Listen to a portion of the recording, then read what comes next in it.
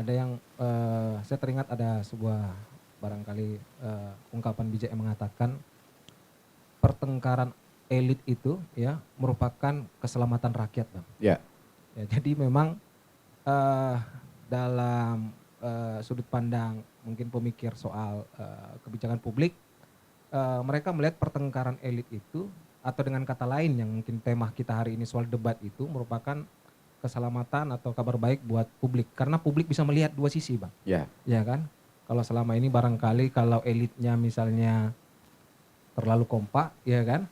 Jadi nggak ada counter apa ya istilahnya counter attack-nya kira-kira begitu.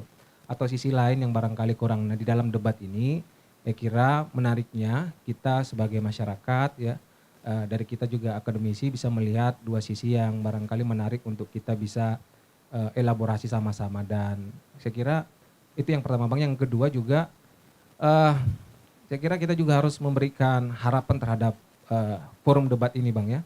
Di dalam forum debat ini biasanya kalau head to head begini ya kan.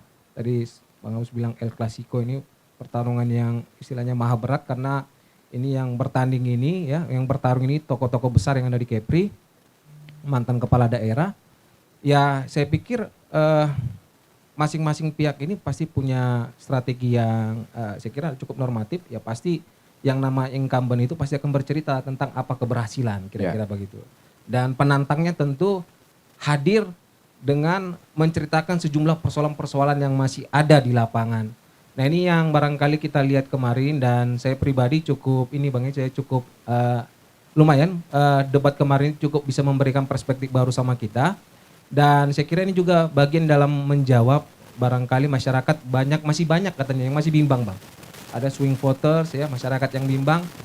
Ya dengan melihat itu semua, masyarakat bisa sedikitnya memberikan kepastian. Dan saya dengar juga beberapa teman-teman saya yang menonton debat tersebut, mereka sedikitnya punya referensi yang semakin kuat terhadap pilihan mereka. Bahkan ada yang berubah gitu, Bang. Ada yang berubah misalnya, ya? Dari yang misalnya dari paslon yang satu jadi pindah ke paslon 2 atau sebaliknya kira-kira begitu.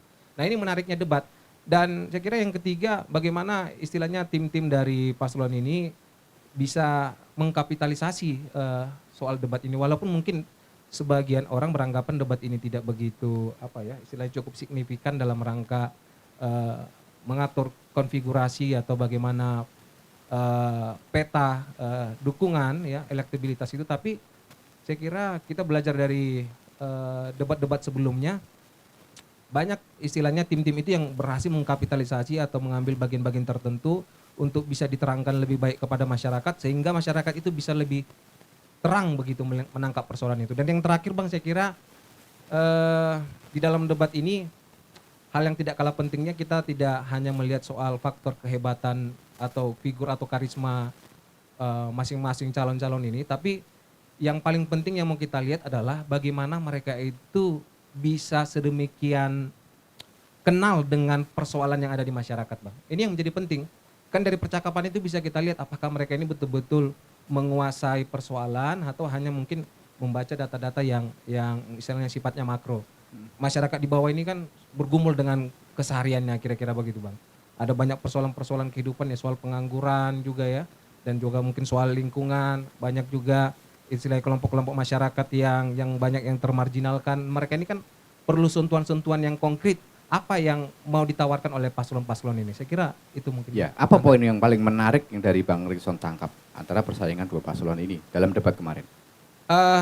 Saya kira satu yang barangkali yang saya coba tunggu-tunggu di dalam debat itu soal ya Kepri ini nggak bisa dipungkiri yang paling viral itu kan soal kasus Rempang, Bang. Oke. Dan itu menjadi bahasan juga. Dan itu cukup mengejutkan menjadi bahasan dan saya kira cuman apa ya kalau mungkin ekspektasi tidak begitu apa ya Bang kira. Istilahnya kalau saya pribadi tidak begitu cukup memuaskan kita mendengar elaborasi dalam persoalan itu, tapi dari situ kita bisa melihat bagaimana komunikasi ya, komunikasi antara pimpinan provinsi dengan kota maupun juga kita ada di sini kekhususan soal BP Batam gitu Bang ya, itu kelihatan memang nggak harmonis begitu. Bahkan pada titik itu kita melihat kenapa masalah itu terjadi sedemikian ruwetnya, ya, konflik itu sedemikian tajam, ya masyarakat mungkin atau kita akademisi melihat ya salah satu persoalan pokoknya itu adalah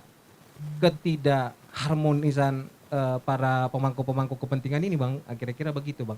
Itu yang saya pikir menjadi salah satu poin yang paling menarik yang saya lihat, Bang. Di samping mungkin ada banyak juga topik-topik yang tadi sudah Abang sampaikan ya, soal bagaimana komunikasi publik, juga soal bagaimana mereka menyoroti tentang rendahnya terjadi penurunan integritas ya, integritas penyelenggara negara daerah kita yang katanya mengalami penurunan.